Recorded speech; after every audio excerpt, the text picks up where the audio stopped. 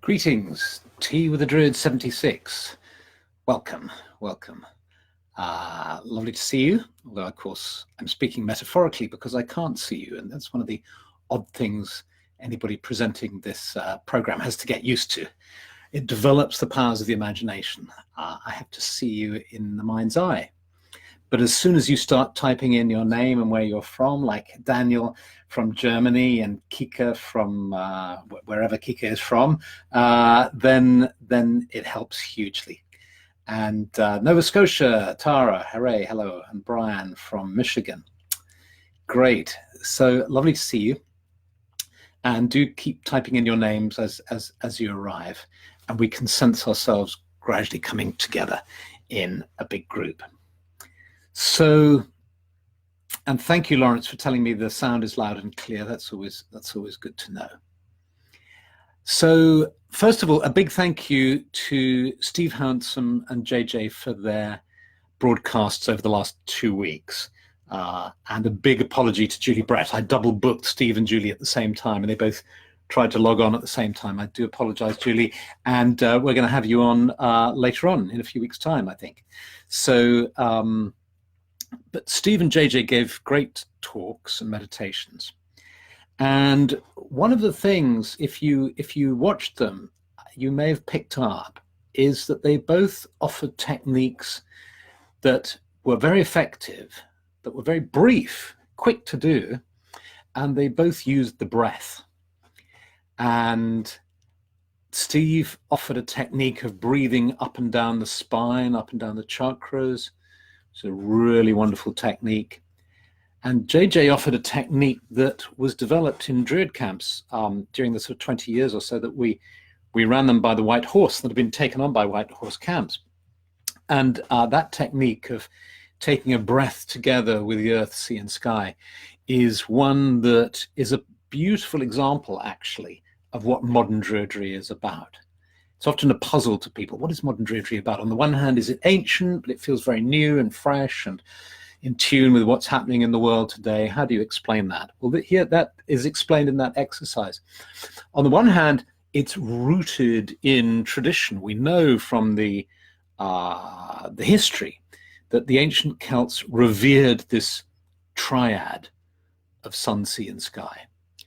And so it was somebody's great idea to come along with this idea of, as we all stood in the circle together, to breathe with those three forces so that we shift our consciousness away from the anxious monkey mind where our consciousness tends to be located a lot of the time. It shifts it to a deeper level where we're more in contact with nature and more in contact with our deep selves, our true selves. So so it's a wonderful example of a fusion, if you like, of modern inspiration and ancient inspiration coming together in a technique that might not have been used by ancient Druids, but is certainly used by modern Druids today in the order. So let's just do that together. And that's where we just maybe close our eyes to better concentrate on ourselves. And then just take a breath together with the earth beneath our feet. Just a deep breath into the belly.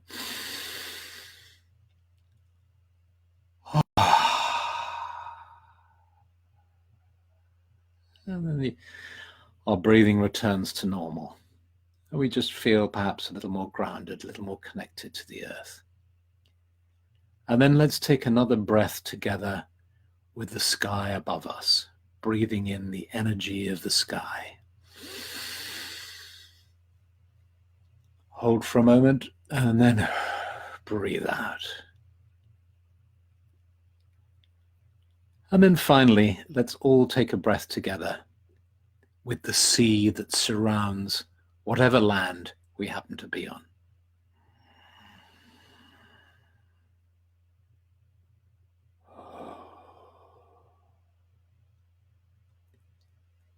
So slowly opening our eyes, attuned to land, sea, and sky.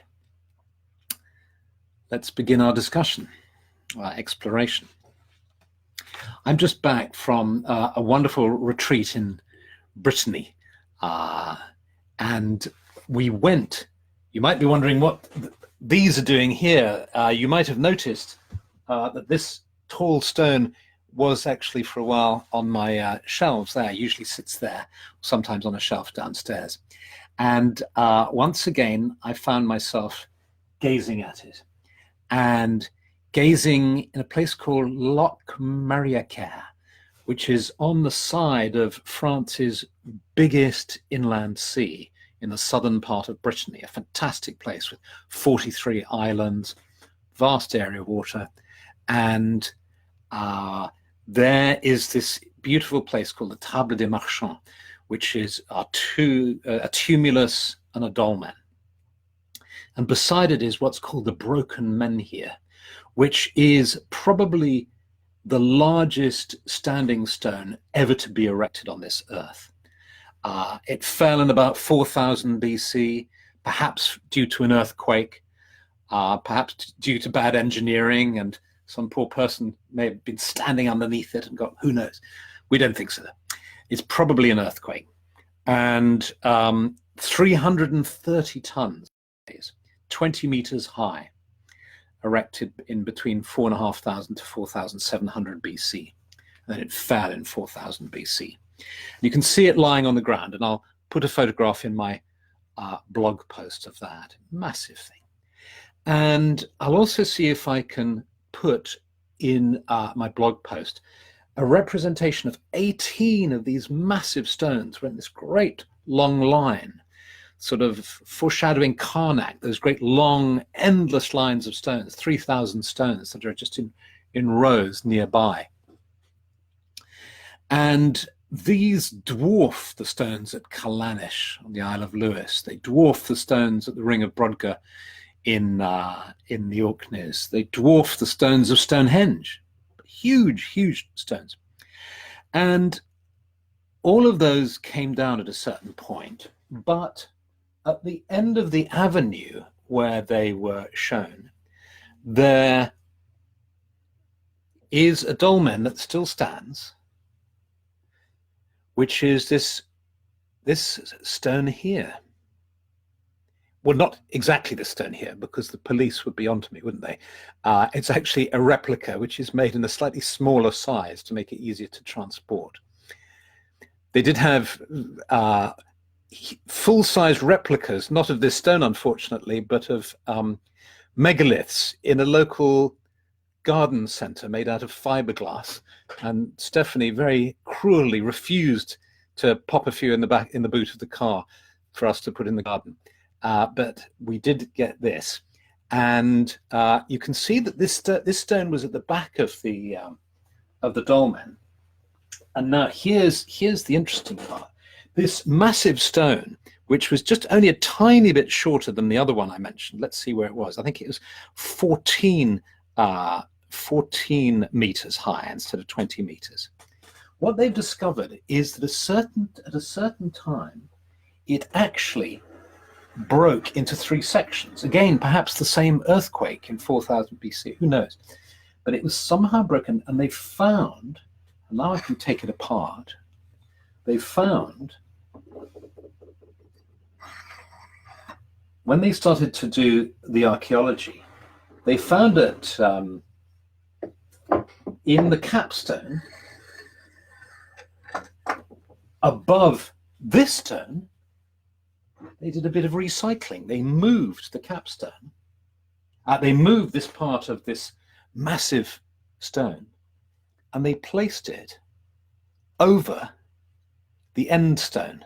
So when you walk into the Table des Marchands dolmen now, you come to confront this very large stone at the end of the passageway, in the chamber at the end. But on the ceiling is this. You can see the symbol of a creature like a bullock and an axe. But this is where it gets more mysterious. Apparently this stone, somebody was telling me, I haven't been able to find a reference to it, but a chap who was born there and knew the stones very well told me that this type of stone came from 18 kilometers away. So of course this begs the question of how on earth did they transport it? Because although now you see water between the two places, the great inland sea. In those days, 4000 BC, it was actually a valley.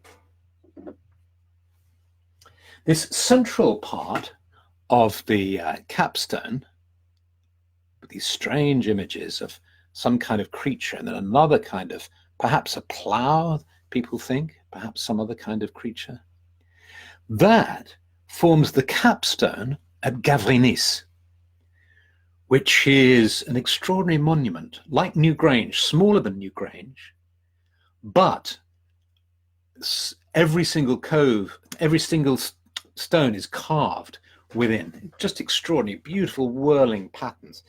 And you get to it by boat because it's now on an island 4 kilometers away. So they drag this massive stone 4 kilometers to put as the capstone on the tumulus at Gavrinis. So we joked with the 3 people from Ireland. I said, it's even more spectacular than Newgrange. And they sort of half conceded that it was. So I think they're on a par. You could say Newgrange with its white quartz frontage and its alignment with the winter solstice with a light box running along and so on is very impressive too. And then there's this third stone that completes this broken menhir, which they found as the capstone on the tumulus just nearby the Table des Marchands. And so if you're ever, and I've put here a little image, you probably can't see it, it's too far away. I put a representation of a druid going about his business quietly, and to give you a size of the scale. This is all to scale, of course. Haha, not really. But it gives you a feel of the size of it.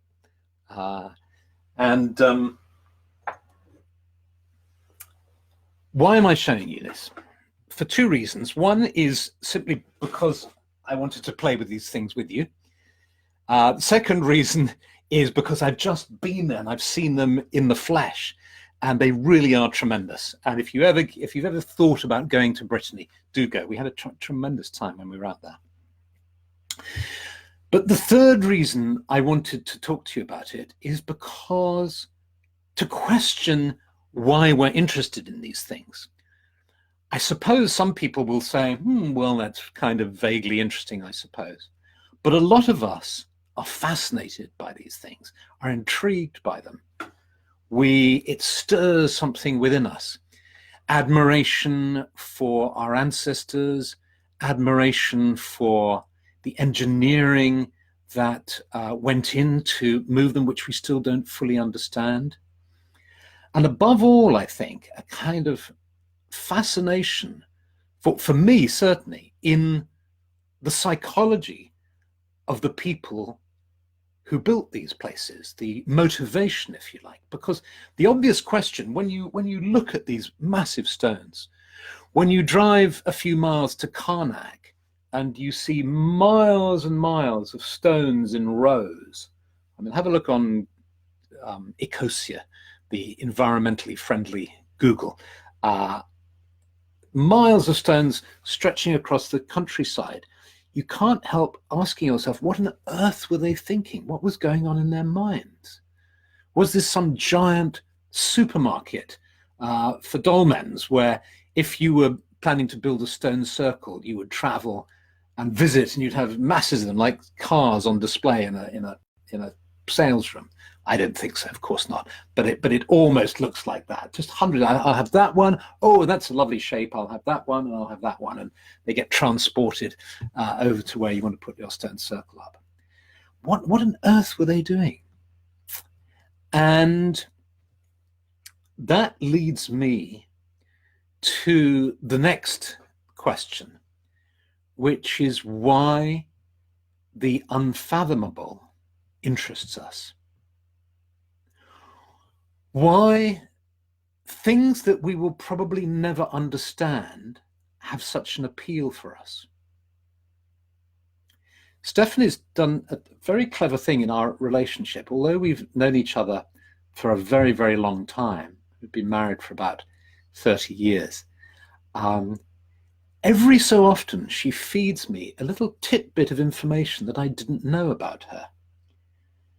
And, you know, somebody famous will appear on television and she'll say, oh, he was terribly boring when I had lunch with him, or whatever. And that I find absolutely wonderful, because it's like I don't fully know her. I have been unable to do the same thing myself. I think I'm an open book. But it's mystery in people that fascinates us. That's what part of the process of falling in love, I think, is you fall in love with this mysterious being that you don't fully know. And that's the appeal of spirituality and of religion as well, and of science too. Science sometimes takes a battering ram to this mystery and wants to pierce every unknown with a dream, perhaps, of one day knowing everything. But I think we all know that we, as a species, will never know everything. There will always be the unknown. And there's something terribly beautiful in that. I think it speaks to us of eternity and infinity. I wrote a little piece for the blog when I was thinking about this today, which I'll just read out. I think we are often fascinated by these old sites, like the Table des Marchands, because we can't fully understand them. We will never know why the builders felt the need to erect such massive stones, why the nearby stones at Karnak number over 3,000 and are arranged in straight rows for miles across the landscape. Any behavior that is unfathomable is to a certain extent fascinating for us, and each of us will perhaps have different areas of the unknown, the unfathomable, that call to us. So have a think about that for a moment and think, what do you find attractive in terms of the unknown? For some people, it will be a cave system. To some people, it may be absolutely awful to think of going into an unknown cave system, entering into the darkness. It'd be terrifying, particularly if you're claustrophobic or frightened of the dark. But other people will find going into a dark cave system that has been unexplored utterly alluring and fascinating. For other people, it'll be the mysteries of outer space. What could be more fascinating than the mysteries of outer space? Or the ocean, the deep ocean, or our relationship with other levels of consciousness, or the unfathomable nature of human motivation or psychology. That's, of course, what interests us in psychopathology as well, when people behave strangely. That's one of the reasons why when people's behavior is not understandable, for instance, when we look at people who promote agendas that seem to be to the detriment of the environment, like climate change deniers, for example, it seems so insane, it seems unfathomable. And so those of us who are curious want to understand why. The prize is greater understanding, but deep down I believe we treasure the unfathomable because we know that it stretches on forever and therefore represents infinity and eternity.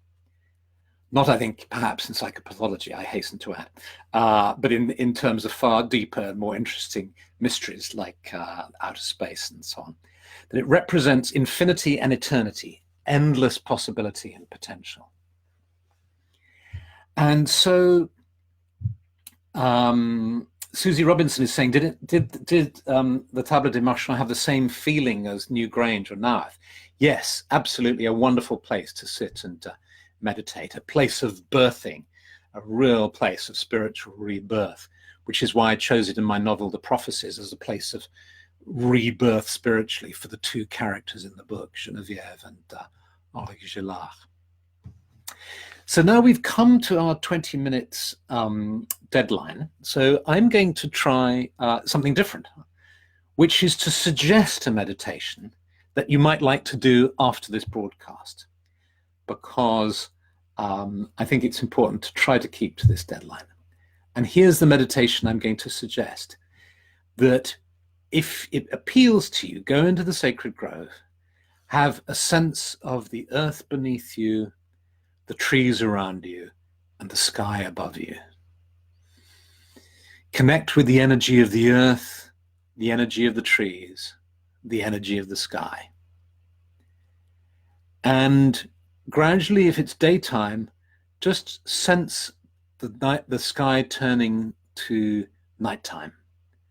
The stars start to come out in the sky, and you become really aware of the night sky above you.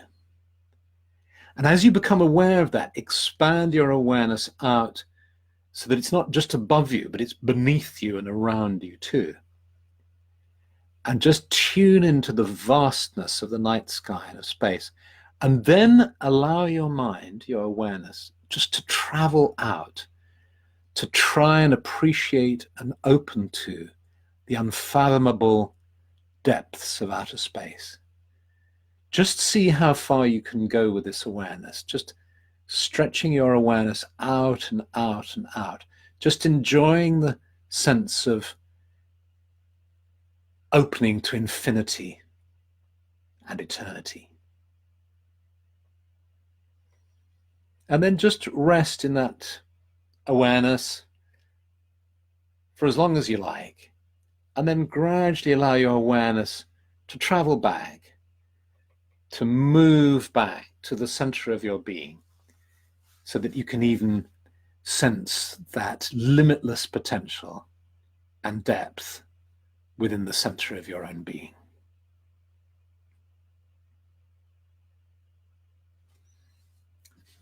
And so there, that's an idea for a meditation you might like to follow. I'm just glancing at your comments now, all sorts of really interesting. Eunice is talking about the humbling experience of these big stones.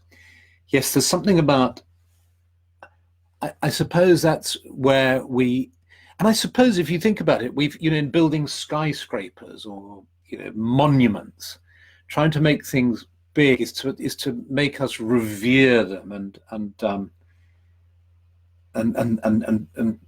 feel humbled by it. Tall trees, as Nick is talking about. Yes, all sorts of lovely comments. I'm going to really enjoy reading these comments. I'm not going to keep you any longer.